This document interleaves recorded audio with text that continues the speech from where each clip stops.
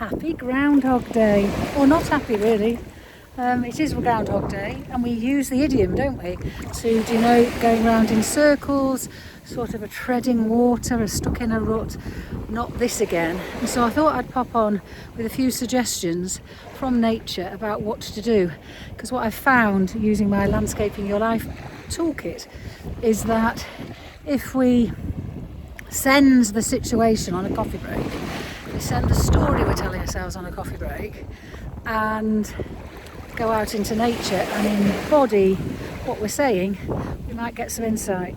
So the first thing I'm going to do, because once I get wet I'll want to swim, and I am going to be treading water for you, is if you're going around in circles. And what I'd encourage you to do then is, if you feel like you're going around in circles, is to draw the circle. Get a piece of paper, put me on hold, get a piece of paper, a pen, and start drawing that circle.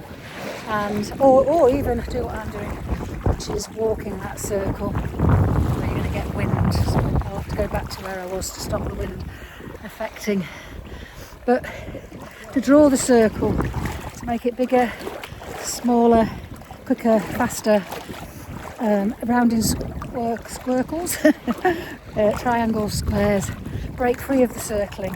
Just do something to enable your body and mind to realise that it is possible to break free of that circling. And what you'll find is, at some point making those changes to the circling, it might be that you come off the paper, might be that you change pen, it might be that you have to go onto a flip chart piece of paper rather than an A4. Do whatever you can do to just change that circling, and you might just be surprised about what happens.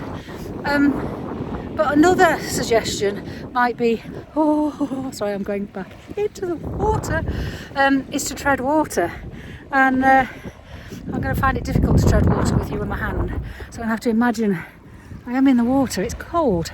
Why on earth would anybody want to tread water in the cold? So it could be that that you're treading water and not actually making the water feel cold enough in your head, and that you need to just turn down the temperature in order for you to take action. Because quite often treading water is just about us not taking action. The fact that not this again is because we haven't taken the action that we know that we needed to take.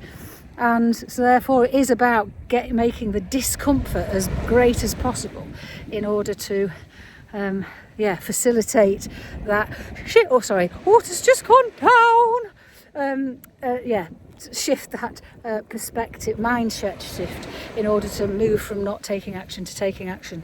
Because if you were treading water, you'd be able to put your feet down, you'd get out of the water, you'd float. There's lots of things you can do that don't require treading water. So if you're treading water, it's because you've forgotten that you can take action.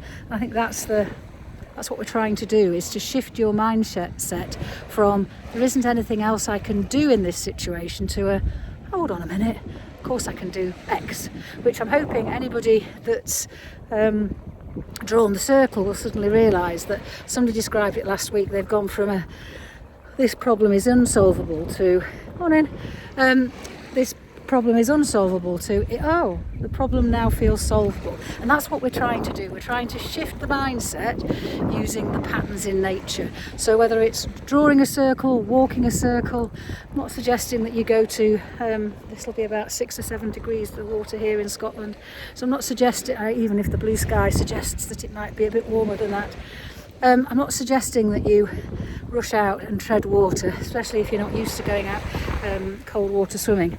But it does enable you to embody the patterns of the situation rather than get stuck in the this person said that, etc. So for Groundhog Day, what can you do to shift and get out of taking action, so that you can actually leave Groundhog Day behind, that Saturday the 3rd of February becomes the first day of a new journey rather than just that continued circling. Anyway, I'm going to go for a swim now. See you later. Bye.